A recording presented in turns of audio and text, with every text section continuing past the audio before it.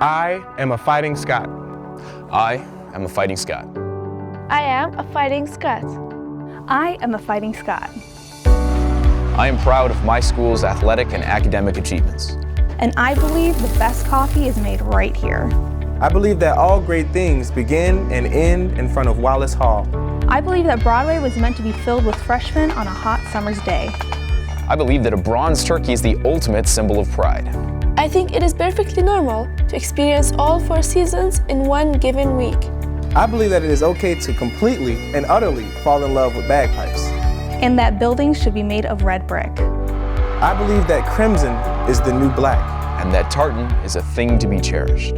I believe that wine and silver blue represent a great women's movement. And that a key and a fleur-de-lis stand for so much more. That a pork tenderloin is a Western Illinois culinary treat. And that bacon makes everything better. And I believe that hymns aren't only sung in church. But more importantly, I believe that Monmouth is one of the elite private liberal arts colleges. And I believe in granting opportunity by paying it forward. I am Elizabeth Smith.